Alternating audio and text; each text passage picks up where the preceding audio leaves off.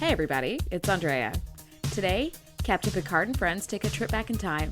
Shereese expertly explains how holodecks work, and we ask the question, when did Counselor Troi become a linguistics expert?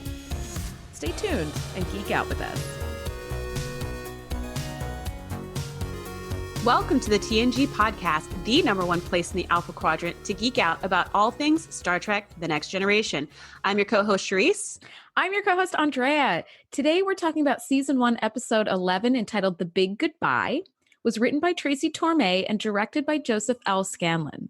The star date in this episode is 41997.7. This is a super fun episode. Like, there's a ton of like holodeck play, and the characters are in like period costume. Like, I love this one. This is super fun. I agree. And just before you do the rundown and we go through each of the episode or each of the step-by-step parts of the show, I have to say that this episode on whole was kind of a throwaway episode, right? We don't learn a ton about like character development. There's a little bit in there. However, it was such a fun throwaway episode that I can't even be mad at it. I was just like, this is just great. I love that when they time travel back to ancient Earth. It's just so fun. 100%. And I'm a big history buff. And I love like 1940s. I'm a big fan of like 1920s kind of history, and then like 1940s. 1930s was just kind of depressing because of the Great Depression. So there's that. Yeah, but like just the fashion and the music and all that. Like actually at my house we have a record player, and I have a ton of like 1940s like big band records, and like I play them regularly. I love it. It's just such a like lovely sound. But anyway, yeah, so to have those characters that we know and love as Starfleet, you know, in their Starfleet uniforms, like in period clothes, like, oh, so fun. So fun. So before I get into the plot synopsis, I have a little bit of trivia that I thought was quite interesting. This episode won an Emmy Award for Outstanding Costume for a series. Wow. I believe it. Their outfits were great. They were amazing. And it's the only Star Trek episode ever to win a Peabody Award, which is an excellence in like radio, television, and like online media. Like excellence in storytelling. Yeah. Huh. Which is funny because it is kind of a throwaway episode. Yeah. And I have to say the story's not great. Like the story has a ton of potential in the beginning, and then it just never pays off. And you're like, what was the point of that? Yeah. So that's interesting that it won that award, but I don't know. Right? Okay, so the plot summary of The Big Goodbye is that the Enterprise heads to Torona 4 to open negotiations with the Harada, an insect-like race that is unusually strict in matters of protocol. After practicing the complex greeting, Captain Picard decides to relax with the Dixon Hill story on the holodeck. The Harada arrive early and demand their greeting earlier than the agreed time and are insulted at having to talk to anyone other than the captain. The crew tries to communicate with Picard on the holodeck but finds it impossible. Something within the Harada signal has affected the holodeck's function, preventing the doors from opening or allowing communication with the crew inside. The crew inside also discover that the safety protocols have been disabled in the holodeck, and the captain, along with Dr. Crusher and Data and others, could actually be in danger. So I did some background reading on this episode. The guy who was in charge of like making the Harada like costumes was really bummed that they sort of run out of like budget for this episode, because he had created this cool like kind of insecty hive mind sort of look. Although after seeing the Antikins and the Sele, I'm kind of glad we didn't see them. Yeah. They mentioned in passing like, oh, it's an insect race. Like they mentioned it very quickly in passing, but at no point do you see this alien race in any way, shape, or form. Right. We just hear their voice like a couple times, and that's pretty much it. And I was kind of like, we've never seen an insect race on this show that I can recall. And maybe there's a reason for that. Yeah, because the Antikins and the Sele were not awesome. No, they definitely were not. And I kind of don't want to be like trying to believe that Captain Picard is like having a chit chat with like a wasp or a giant roach or something. Yeah. No, that would be super gross. But yeah, so there was that. And I totally believe that they like blew through the budget because they had all those amazing costumes and the sets and like, and really the period cars even. Oh my God. Yes. And they had to film, I think it was Universal Backlot. Yeah, that's what it looks like to me. I'm very familiar with the Universal Backlot. And I was like, I love that street. Oh, that's exactly where, that scene when they walk into the holodeck, when they all kind of walk in as a group, that is the same part of the backlot where they filmed Back to the Future. It's that same square. Get out. It's like, it's the square that they film everything. They film Yeah. everything in that square because it's supposed to be like the New York square, something like that. yeah. And it's kind of like this. It's like every city. That's kind of what it is. Like you can morph it in. It looks like Chicago and it looks like New York and it looks like, you know, it's just kind of like a bunch of storefronts or houses or kind of whatever it looks like, depending on the angle that they put the cameras. Mm-hmm. And yeah, I was really excited when I saw that because I'm like a huge Universal Studios nerd. So I was like, yay, they're on the back lot. You're like, I've been there. I've done that tour. Yes, many a time. So actually, speaking of that, before we kind of back up and start at the beginning, I freaking love the look of that city. Yes. With the holodeck doors open and you can see the hallway. So cool. And you can see people walking in the hallway, which they don't really do that in the future. And actually by the end of the episode, they don't do it either, but they don't usually, when the holodeck doors are open and someone's in the holodeck, usually it's just to like an empty corridor or wall. Yes. But this was the first, this was the first time that I remember ever seeing the holodeck doors open and people walking through the hall on the ship, just like going about their business on the other side of the door. It's usually just like a wall or nothing. And I was like, that looks so cool. I do not know how they did that special effect, but that looks super cool. It looked amazing. I loved it. Okay. So to start off, the Enterprise is meeting up with that, like we said, the insect race, the Harada, and they have like super duper strict protocol for their greetings. They only speak to the captain. They don't speak to anybody else. And apparently they're trying to open up like trade negotiations, and they have sort of this history, or Starfleet has a history of not nailing the greeting, and their language is like crazy complex apparently. And so there have been numerous times that like other captains have tried to open up trade negotiations and they failed because the greeting was botched in some way. And then it like resulted in like 30 years of like silence from the Harada. So Captain Picard is over there. He's in the ready room and he's studying. And the first thing I wonder is, did Troi suddenly become like a language tutor? Like, what is she? That is literally what I put in my notes. I was like, since when is she a linguist? I mean, Troi just pulls all kinds of fancy toys out of her bag of tricks, right? A couple episodes ago, she was a hypnotherapist suddenly, but at least that's still in the realm of therapy. It's like, okay, maybe, sure. I mean, she's a therapist, but now she's all like, no, that's how the accent goes. And I'm like, all right, now, wait a minute. Like, she is not also some like expert at communication. If anything, it should be Data in there who's saying how to pronounce it. That would make way more sense. It makes no sense for Troi to be the tutor, but anyways, whatever. No sense whatsoever. I wrote, when did Troi become a tutor? Because that doesn't make any sense, right? Also, for the greeting, if you just write like a standard greeting, like greeting from the Federation, we hope to whatever, a new dawning of a new day. Exactly. Just memorize that bit. Like, why do you need to? He's like, if it has two bars over it, the B becomes a Z and the T becomes a W or whatever, right? It's like, just memorize like your 3-line greeting and like, okay, whatever. Anyway. Also there's a shorty uniform, like in the first like 10 seconds of the episode, which I thought was pretty awesome. I was like, oh, yep, no, we're still in shorty territory, but all right. We are. Yep. Those outfits must have been cold. Yes. Right. I know I would have been miserable. But so he's getting really tired and really frazzled. And Troi says, hey, there have been a bunch of upgrades to the holodeck. Like, why don't you go take it for a spin? And he says, ooh, I have been wanting to kind of do like that Dixon Hill program. Like I wanted to check it out. So Dixon Hill books are not real books. They're fictional in the world of Star Trek. Yes. They only exist in the world of Star Trek. And it's basically like detective noir, like 1930s, 1940s detective noir. And somehow stories. Sherlock Holmesy, because that was mentioned in the episode where they said, Beverly says, that was the 20th century Sherlock Holmes. Yeah, right? Like whoever was doing behind all the writing, like they were really a big Sherlock Holmes fan, because that is like a thread that gets pulled all the time. So, the writer of this episode really wanted to lend heavily from The Maltese Falcon, which was a classic detective noir story, and a movie starring Humphrey Bogart, which is pretty cool. And actually, the bad guy who plays Cyrus Redblock was famous in Hollywood as a character actor who would play like mobbed up tough guys in actual 1940s movies. Oh, no way. Yeah. And he had like a personality or he had a reputation for having a personality much like the mobbed up tough guy, like in real life. So Will Wheaton in an interview said he was actually really like intimidated to film with this guy. They didn't have any scenes together, but to be on set at the same time, because this guy had a personality for being like a reputation for being a real tough guy. And he was only 15 at the time. Right. So that's kind of scary. But anyway, so he shows up in the holodeck in his Starfleet uniform. He's just kind of coming to poke around. And one of the things that I noticed right off the bat is that in subsequent episodes where the holodeck is used, none of the holodeck characters notice that anybody's like dressed differently, like a Starfleet uniform.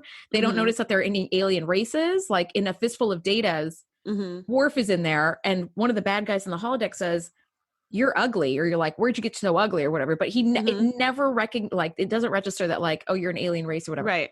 So I thought it was weird in this one that they're like, "What's up with your outfit?" Yeah. And they constantly point out that like Data looks different.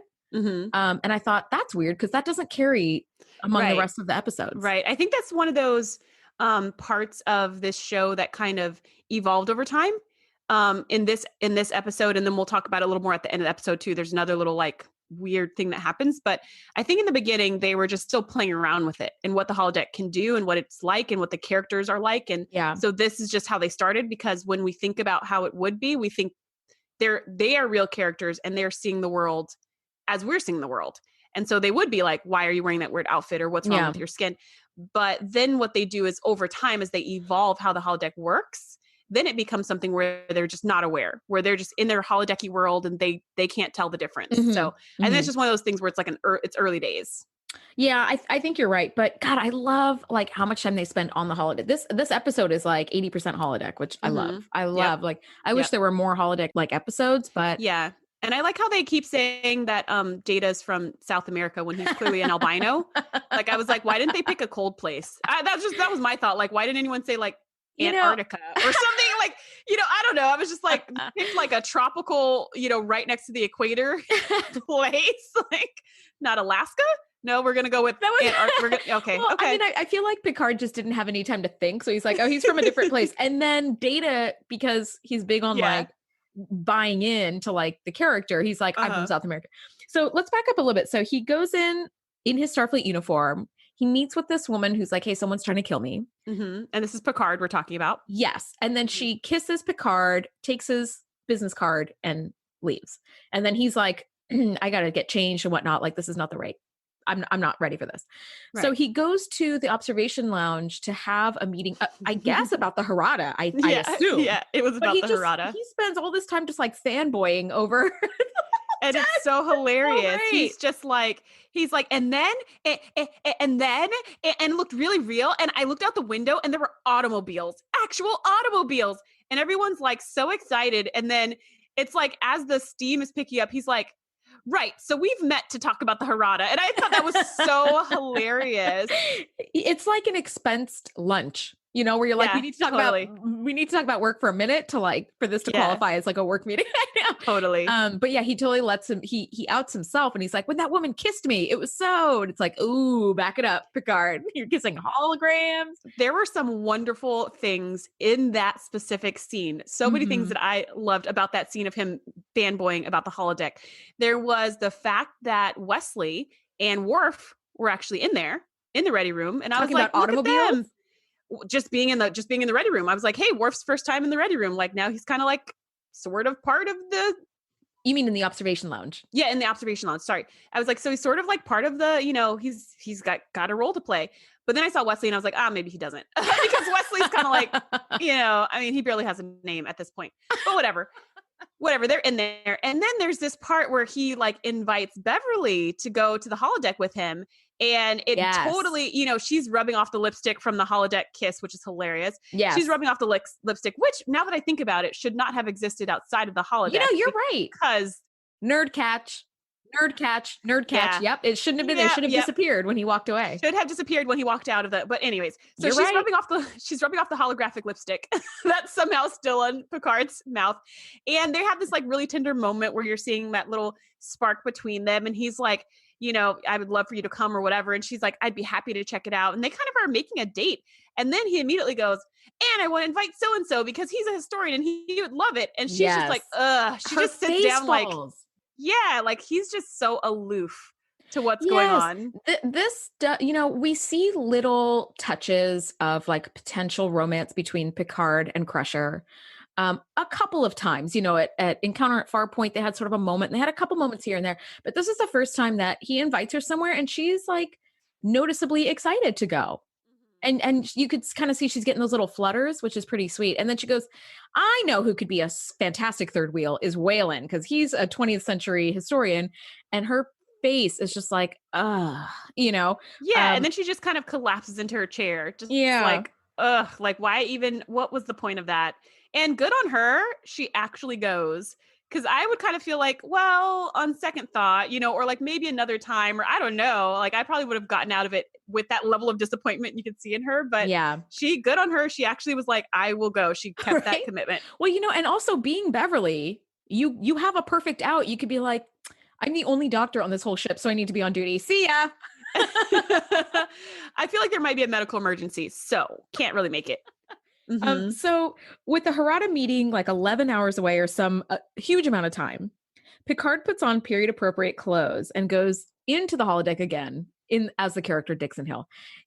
I am so used to seeing Captain Picard in Starfleet uniform, but holy crap, whoever did the costuming for this found the suit, like the suit did not wear him. Like he wore the hell out of that suit and the hat and like the duster. He wore the hell out of it. And so did Data. Like, I love that Data showed up after having, on the computer, like read all the Dixon Hill stories, which little like background catch. While he's at the computer port, like reading all of the stories, the first cover of the first Dixon Hill story comes up and it says Dixon Hill and the mystery of whatever. And the book is written by Tracy Torme, who was actually the writer of this episode. So I thought, what a sweet way, super clever, right? To like put yourself kind of like into the Star Trek universe. I just thought that was forevermore. Yeah. If I were writing an episode, like I'd have my name kind of snuck in there in just some like tiny little background way that you wouldn't normally notice.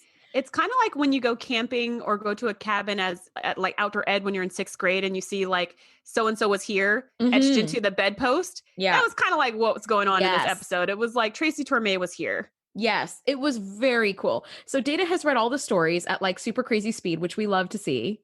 Because that's his like android powers coming out. And then he shows up in the most ridiculously fantastic pinstripe suit and fedora.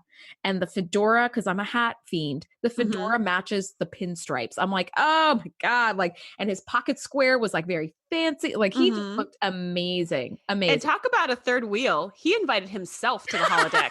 Nobody invited him. He just shows up, Picard's like, Beverly's going to meet us later. Let's go, Waylon. And then shoom, the doors to the turbo lift open and Data's like, hey, I'm ready to go. Who invited you, Data? He's like, well, I've read everything there is to read about it. And then they look at each other, they look at him and they're like, fine. All right, come on, let's just go.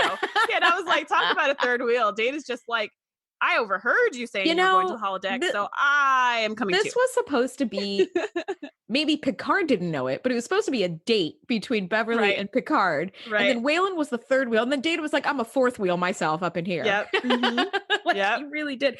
But you know what? It only could have been Data who could have done that, because any other crew member would have known, like, you don't just invite yourself over. But anyway, they would have had those social skills that Data doesn't have. No, he does not. He does and not. And that Picard doesn't have either, because he would have recognized that Beverly wanted it to be a date. So there's learning and growing to be had by all.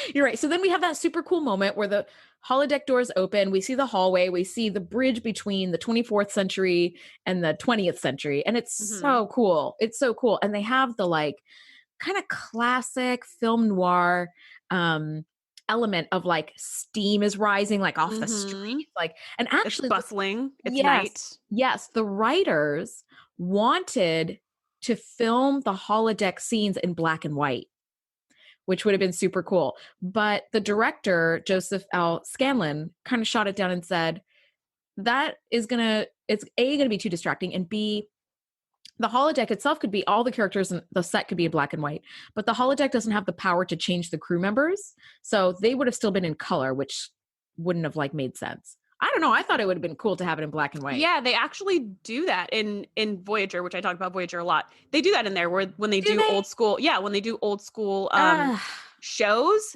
everybody in the holodeck is in black and white. And you're like, that's neat. That is super cool. So they could have totally done that. However, if they had done that in this episode, we would have missed out on Beverly, you know, because she's a redhead with her red lipstick and just like looks so stunning that she looked crazy. In black and white, she would have still been beautiful, but it wouldn't have been as like, oh my word, you know? Absolutely. I couldn't agree more. Yeah. So they're reading the newspaper. That's when they come up with the whole Data's from South America bit, which is pretty funny. And they find out that the woman who had met with Captain Picard actually has been killed. And now there's sort of an inquiry going on.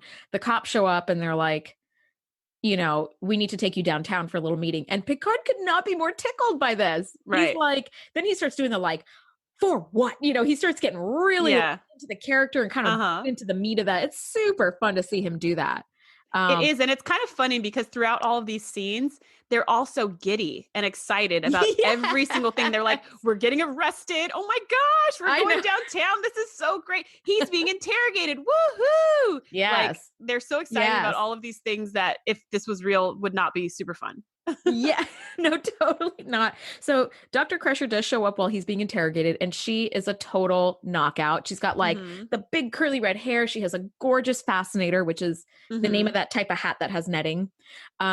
She just looks incredible. And you know, Gates McFadden is a very accomplished dancer.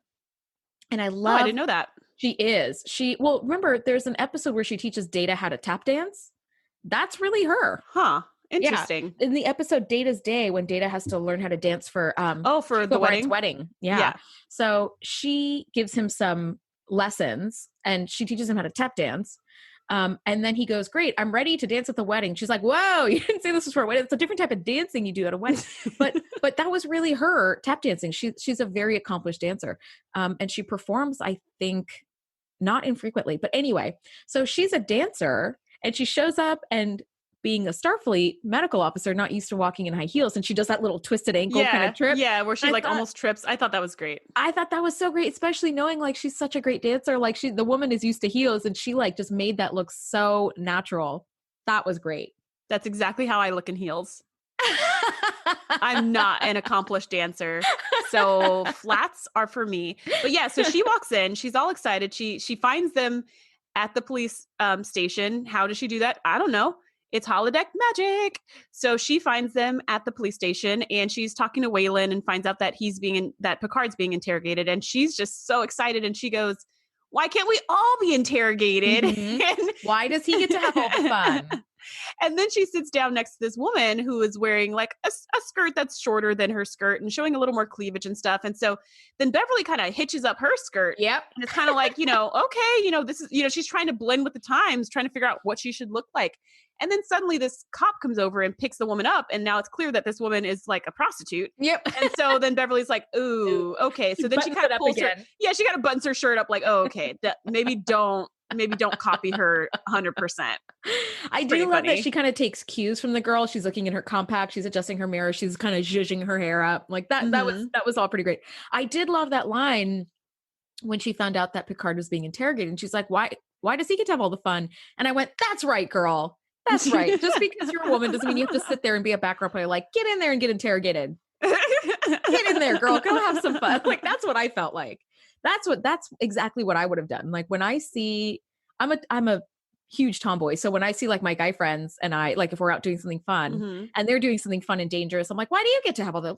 Move over. Let me climb down that cliff or whatever. Yeah. Right? Like, I would, if we're talking about climbing, I'm all about it. If we're talking about being interrogated, I'm going to pass. Yeah, I'm going to go ahead and let other people enjoy that particular version of fun.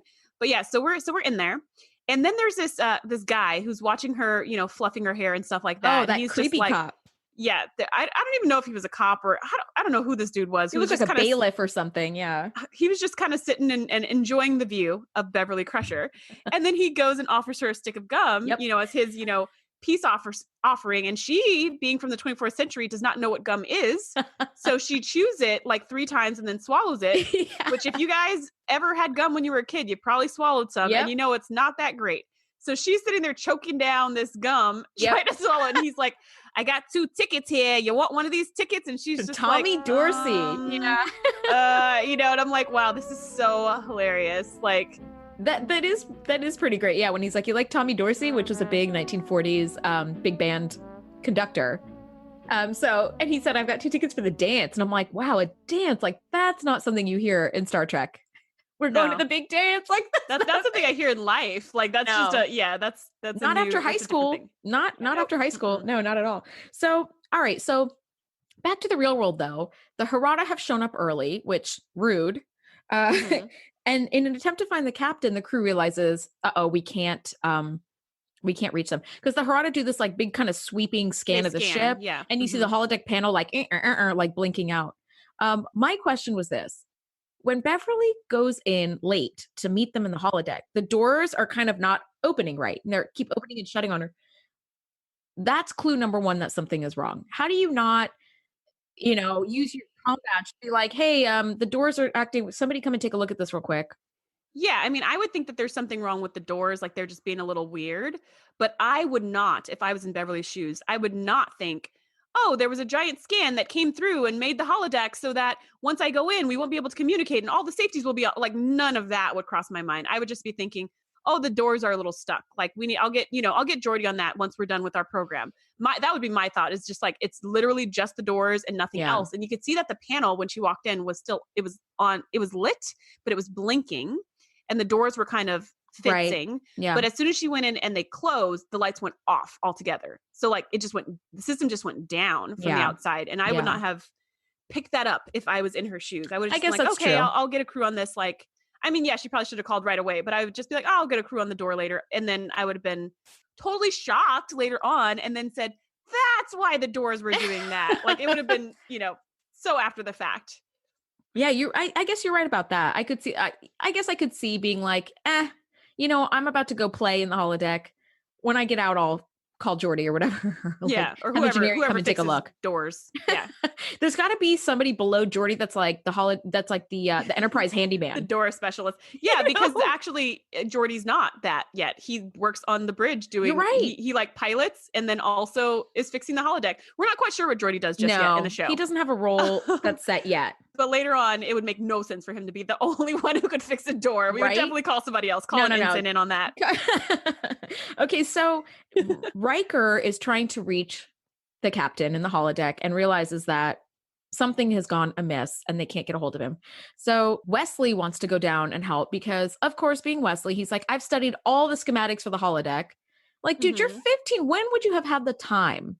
In his spare time. That's all he does is study schematics. This is the only time. And, we've talked about this a bunch, and listeners of our podcast will know, like, we love us some Wesley Crusher, which we recognize a lot of people don't, but I just love him because I had a crush on him when I was a kid. But this is one time that I was kind of annoyed by him because I was like, really?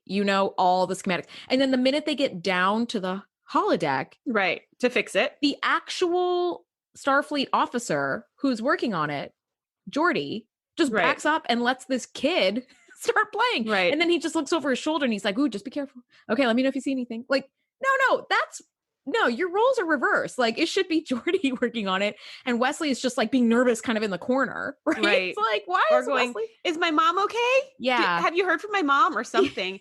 And then at the end of the episode, you see that Wesley has now amassed a crew of engineers. There's a whole team of engineers around him, looking at him working. They're just like all staring at him. And I was like, I think some of these guys are superfluous. I don't know if we need all these guys to just watch Wesley do his magic. Him work. Especially when the terminal that he's working at is really only big enough for one 15-year-old kid. There's no other, it's not like you're working on an engine and you're like, hold this while I do this over here. Like, you're really in like a 3x2 space and that's it. So Riker storms down with Wesley and he goes, have you tried the comms? And Geordi sounds annoyed. He's like, yeah. Which Riker proceeds to then try the comms. And it's like, but what's funny about that is this is exactly what people do, right? Is if there's like two people and, they walk up to a door and they're like, hey, did you try the knob? And they're like, yeah, it's locked. That person will almost 100% of the time try the same exact door. And then they go, oh, it's locked. And then you're like, didn't I just say that? I literally, you just asked me and I just told you, and we just had this discussion and then you tested it because I'm so guilty of that. Oh my God. We all do that and it makes no sense. But for some reason we just can't believe something so simple hasn't been tried. We have to confirm it ourselves. Yeah. That was the other thing is, Riker was all like, I'm going down there. And then What Wesley's like, I'm for? going down there too. And Troy's like, and he's like, no, Wesley, this is no place for you. You need to be on the bridge. Technically, no, you need to be on the bridge because if the captain is not available, you are the captain, sir. And you need to be your butt on the bridge because Data's also not available. So you don't even have a second in command to take over when you're gone. Now it's Tasha's on the bridge, and she's just going to shoot at anything that comes She's flying going to out start of blowing people up and starting wars. So you need to stay on the bridge. If anything, Wesley can go, right? Yeah. But then Troy's like, no, take him because his mom's, affected too. So he's like, all right, come on, Wes. So then they go down. Thank you, Wesley's Troi. like, move out of the way, Geordi. Wesley to the rescue. Yeah. And then we've got Riker standing there going, did you try the comms? Maybe I'll try the comms. Yeah. Did you try knocking on the door real hard? Riker, can you go back to the bridge? you have nothing to add here. Can you go back? We will let you know. We will let you know. Literally micromanaging the shit out of this teenager. And they're like, you're just standing here taking up valuable space. Like, go away. And we literally have communication badges. Like, we will calm you immediately. You're so Don't right. you have like the Harada to worry about? Go worry about that. We will handle this. Right. Okay. So they have no idea what is going on the holodeck. And I think I really can't stress enough how they don't know what's going on the holodeck. They have no idea because they can't contact them. And that's going to come into play in a couple of minutes when we get to this. But let's just kind of keep that little nugget in mind. They don't know what the F is going on in the holodeck. So one of Cyrus Redblock's goons shows up with a gun. And I think it's hilarious that they're all in the office and Beverly's sitting on the table. And that's very like 1940s that she's kind of perched on the table and zhuzhing her hair. And this guy shows up with a gun and Beverly goes, ooh, it kind of starts clapping because again, this is just a fantasy world that they're playing. Right. They're and like, it's so real that they think it's so fun. Yeah, it's super fun. It's like when I go to Disneyland and ride the Indiana Jones ride, I'm like, wee, a snake. Oh, look at the lava. Yeah. Ha. Like, because of course there's no real danger. So, this goon though, Mr. Leach, his patience is running out and he shoots Waylon. And when he shoots Waylon falls back and Beverly goes, very good. Yeah, they all actually start applauding. They were like, woo! Yeah. Like, man, this show just keeps getting better. Yes. And then Waylon is like he's the only one not clapping all of a sudden. And he pulls up his hand and it's like covered in blood. And they're like, what the? And I love that Beverly, like in that ridiculous outfit that's not helpful at all if you're trying to, have an emergency. Nope. But even in that, she rips off her beautiful gloves. She gets down in there. She starts putting pressure on the wound. She totally goes into doctor action. And I was like, she's pretty cool. I think Beverly is, I don't say this phrase very often, but I think Beverly is the ultimate boss bitch. I really think she is.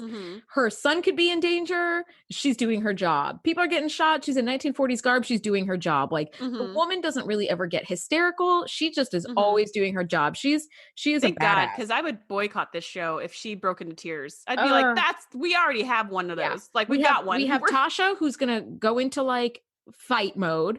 Right. Troi who's going to start crying, and then you need somebody who's like more. And then you need someone who's going to just do what needs to get done. So yes. So there was this little moment when they're trying to get more light over to Waylon because Beverly, she needs more light, and Data picks up the lamp and carries it over, and the plug comes unplugged, and so the lamp turns off. And I love that he's kind of like, what? Like he's kind of flicking the light bulb and he's kind of tapping on the shade. But Captain Picard, without a second thought, picks up the prong and plugs it in. And I thought, how would you know how to do that? Well, because he saw it come out. Oh, did he? Okay. I didn't know that. I just saw he saw it come out. Data didn't see it come out. And that's why Data was like, let's see. Maybe you tap it.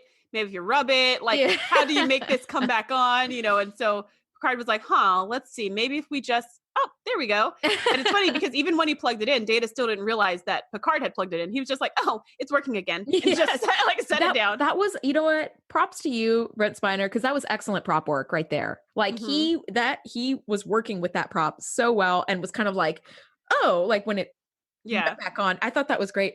So, okay, here is some like, here's some like Prime Directive E type stuff. They proceed to tell Cyrus Redblock, who's now like the big mob guy who's made his entrance, and he's like, I need the object, which of course. Oh, wait, before he comes in. Sorry, one scene before this. So Leach has now shot this guy, has shot Waylon, And we're like, what the heck? And so before the lights over there, everyone's like, oh my gosh, this is real. What's going on?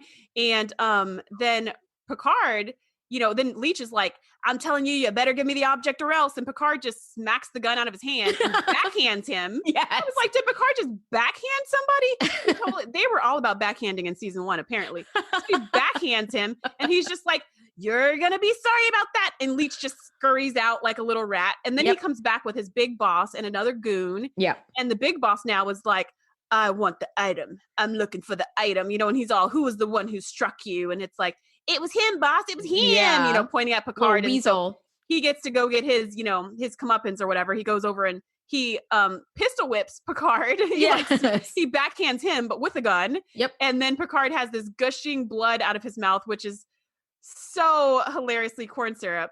And you're just like, and it's like not even like on the side of his mouth, it's coming out of his mouth. Like he's just spitting it out. And you're like, I don't know. And it's like really, really bad special effects. How many takes and resets did they have to do to get that one, which was not that great? I think about that kind of stuff all the time. The more I hear about like behind the scenes stuff where, for example, another show that I really love, Downton Abbey, there's a scene where at this very fancy dinner party, one of the main characters, his ulcer bursts. He has an ulcer and it bursts. And so he just goes like spewing blood all out of his mouth and it gets all over the tablecloth and on people's dresses and all that like stuff. Kill Bill style? It's just like spray and all that? Oh, kind of. I mean, not like Tarantino level spraying blood, because Tarantino will put blood in a sprinkler and let that baby fly. But it just kind of, it's like projectile like blood gross. vomit. It's really gnarly. So I was watching some behind the scenes and they were talking about how like worried the actor was about doing that scene and having to get it right the first time. Cause he's like, if I don't get it right the first time, they're going to have to reset the tablecloth, take off all the plates, put all those back. The women are going to have to get into different dresses. You're going to have to remove every single site or like spot of blood because it can't be hanging around there like before he has this like explosion. So they had to do 2 takes on that. And he was like, thankfully it was done after 2 takes, but it takes like hours in between to reset everything. Yeah. So to have blood gushing out and it's coming down onto the floor and onto your suit, like you need to get that right quickly. Thankfully for this, he just had like some spittle. So for him, they could just, he could just like wipe his mouth gently and then reset right after that. So it wasn't sprays of blood, but I just was like, oh man, these special effects going on right here are really tacky and cheap because they didn't want that, special effect guy that they've been using for the whole season so far. They wanted some like close-ups. So they had to do it a little bit differently with their stunts that they pulled. But anyway, so okay, now Big Boss is in and he's like, I want the item. Yes. All right, keep going, Andrea. Yes. So Picard totally breaks the Prime Directive, which I think doesn't matter because it's a holodeck. So it doesn't matter for a holodeck. But he's like, we're from a different world. We're from a different time. We're from the future. We're on a freaking spaceship. And this guy, again, this goes back to like later episodes that have the holodeck. The holodeck character would be like, you're crazy. I don't know what you're talking about. But this guy is like, really? A future, you say? A spaceship, you say? Like he is not missing a beat. Yeah. Meanwhile, which is totally, totally bogus. Right. Meanwhile, Riker gets the call from Wesley because suddenly Wesley's in charge of the freaking holodeck and not the actual like lieutenant commander, but whatever. So Wesley tells Commander Riker that he might fix the holodeck because remember, they're starting to sweat bullets because the Harada are still waiting to speak to the captain. And Commander Riker has said like, hey guys, it's Commander Riker. It's going to be a few minutes. And they're like, we do not speak to subordinates. Like, don't insult us by contacting us again. Like we will wait for the captain. So their biggest concern is we need to get the captain out of here or out of the holodeck onto the bridge so he can do this greeting and then we can kind of start like negotiating with the Harada. It's not high risk, really. It's like, it's going to be a few minutes. Let's just wait. But here's what Wesley says. I think I could get them off the holodeck, but it could also backfire and they could all just cease to exist. And Riker goes, do it. It's like, wait a second. You have no idea that they're in mortal danger in there. Like, no, again, they don't know what's going on inside. So they don't know that somebody's been shot. They don't know any of that. Yeah. All they know is that a race of hornets are waiting for a greeting and you are willing to gamble Picard's life, Crusher's life, Data's life, and Wayland's life just for a greeting that could probably be done like 20 or 30 minutes later. Like, are you kidding me, Riker? That's a horrible move. Like, they didn't have a lot of options. Yeah, they didn't have a lot of options because he was even like, well, can we just wait? Like, can we do it later? And Wesley was like, if we do it now or we do it later, the risk is going to be the same. Like this is what we got. So he was just like, well, all right, then let's just do it. And I don't know if more time would have helped them come up with a better solution. But yeah, you're right. On the inside, they had no idea that the Harada had showed up early. On the outside, they had no idea that Waylon was slowly bleeding out from a gut shot. So there was just like a lot of things we don't know going on right now. I could just see like if that had gone badly, Riker weeks later being in like an inquiry meeting and they're like, so let me get this straight. You didn't want to make the Harada wait any longer. So you vaporized the captain. Killed the chief medical officer and the captain and Data and the only android in Starfleet. Yeah. And then some random extra who was only there to get shot. Yep. So you gambled all of their lives for a chance positive encounter with an alien race. I don't think you're gonna make captain anytime soon, buddy. Yeah, that might have been a court-martial. I'm sure there's some kind of law against vaporizing a captain, even accidentally. I'm sure there's something. But yeah, so here's the thing that bothers me in this scene, where the big bad guy is, talking and doing his bad guy monologue, which was kind of like expected for a mobbed up tough guy in a 40s noir type film. Yes. The challenge for me is we never know what the item is, and we don't really need to know, but it's not something that I care enough about. Like I need to know something more about this storyline. So he's doing all these monologues where he's like, I'm a very reasonable man and blah, blah, blah. Right. And it's like, yeah, okay, I get it. It does have that feeling of a mob or whatever, but we never actually solved this mystery. We never know why the woman was killed. We never know what the item was. We never get any resolution. That's Captain true. Picard just cuts the cord and is like, we're from a different place. We're from a spaceship. Like, let's just forget this storyline or whatever. And I feel like the mob's just like, we don't know what you're talking about, but now that you've opened this secret door, because Wesley finally gets the door open somehow. Ooh, they are in a snowstorm though momentarily, which is pretty cool. Right. They're in a snowstorm momentarily. That's a very cool effect. And what's cool is when they go back to the office, they're still covered in snow. Yes. But there's no snow anywhere else. I was like, oh, that's a nice little touch to be like a little like residue from the snowstorm. Not only that, but if you think about the logistics of filming that scene, you had to place them in an actual snowstorm and you had to keep all of their positions the same relative to each other. So they all look like the room itself has changed, but the characters are exactly where they were before, which I think is really, really cool because they had to get up and move to another place, get back in their locations and their positions, get blown around and then move back and look like the only change has been the room and not them. That was so well done. Yeah. That's got it. That was as much as we give them a hard time for not having good continuity, that scene had really good continuity for them to move them to a whole nother set and keep all the places the same, which is very well done. So now they're like, yeah, let's go to this other world. And meanwhile, one of the detectives who had originally arrested Dixon Hill, aka Picard, has shown up and he's, also talking to the mob guys. And he's like, come on, no one's going to believe you guys are from a different planet. This doesn't make sense and blah, blah, blah. And we don't know why this guy's here either. So, then Wesley somehow miraculously gets the doors open. Yay.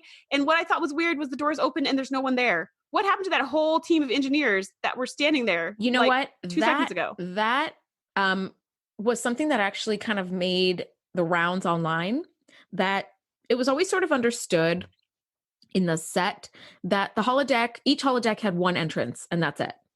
And this one had multiple entrances because remember when they're trying to get out, Picard tells Data, like, try the other exit in the hall or in the hallway, like of the Dixon Hill office. Yeah. So there is, this is a holodeck apparently that has like more than one exit, which because when I'll buy that.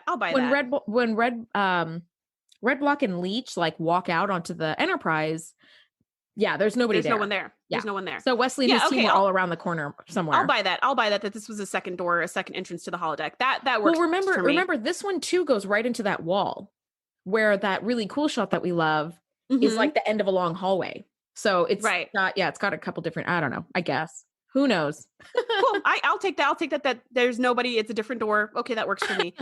But then the holograms walk out and they exist outside of the holodeck for like a solid like 45 seconds. Mm-hmm. And that was like, again, this is part of that. They're still learning how what the holodeck laws and rules are going to be on the show. Yes. But like the way that holodecks are created on the ship is because there are hollow emitters. There are light projectors all around the holodeck. That's why you see that cool little grid thing that kind of looks like Tron, right? Those are light emitters that are creating the illusion of matter.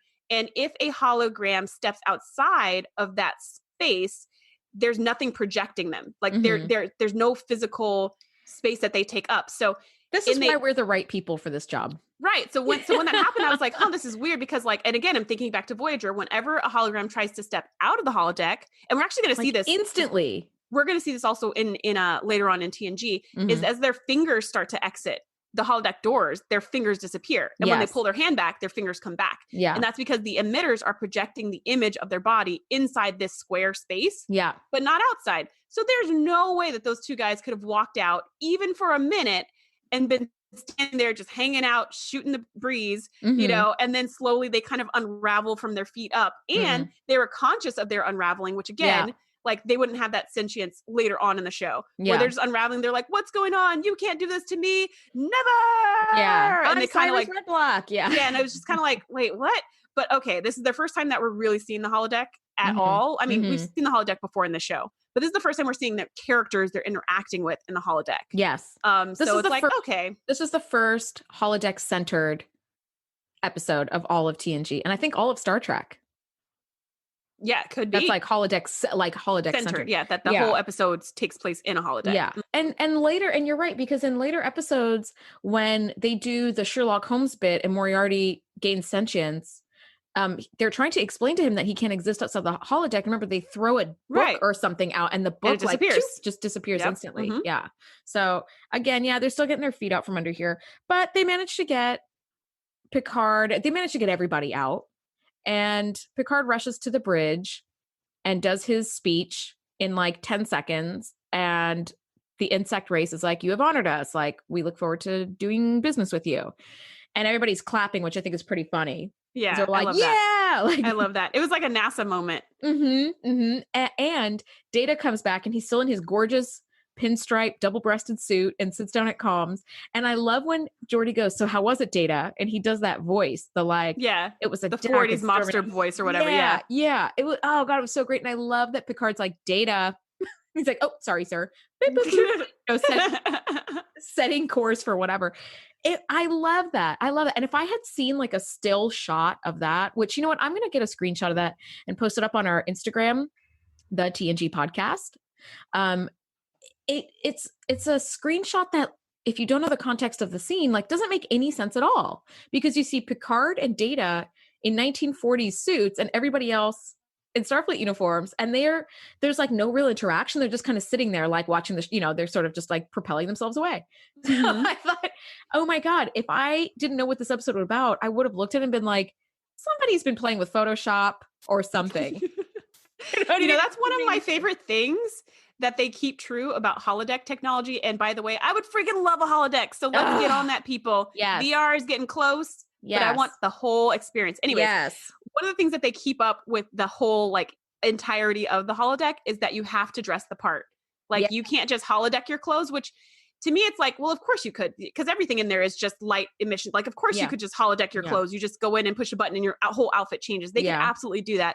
But for some reason, they chose to say, no, when you go into the holodeck, you have to dress the part before you walk in. Yes. And I think that's so fun. I think it's super fun too. And I love cosplay. So I'm like, that's so cool that you're like, everyone has to cosplay in order to get into the mood inside the holodeck. Yes. I agree with you. And I also just wonder like what daily life on the ship would look like.